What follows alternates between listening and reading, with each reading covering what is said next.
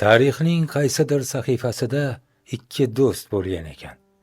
Ikkalasi bir joyda tahsil olib, ilm-ma'rifatda ma'lum darajaga yetibdilar, olim bo'lib yetishibdilar. Ammo ular ikki xil yo'lni tanlabdi. Birinchi do'st tarki dunyochilikni ixtiyor qilibdi.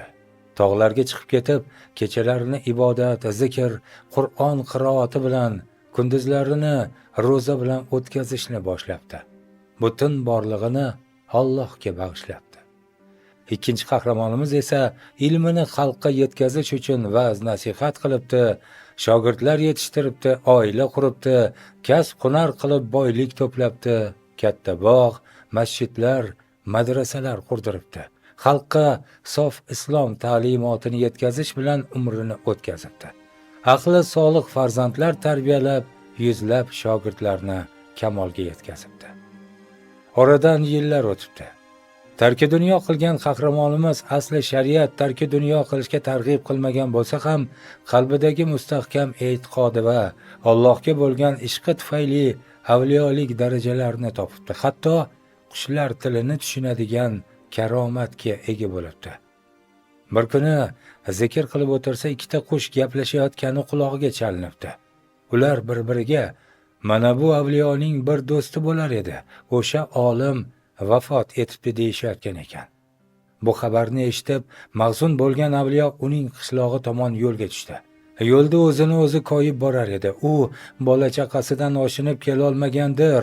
Nega men bir bora hol ahvol so'rab ziyorat qilib qo'ymadim? Endi hech bo'lmasa ahli oilasiga ta'ziya bildirib qo'yay dedi. Qishloqda bir katta bog'ga ko'zi tushdi.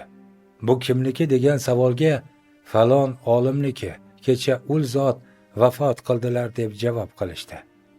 Namoz uchun masjidga kirdi.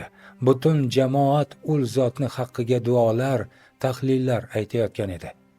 Madrasalarni hali ko'rmagan ekan, kirib ko'rdi.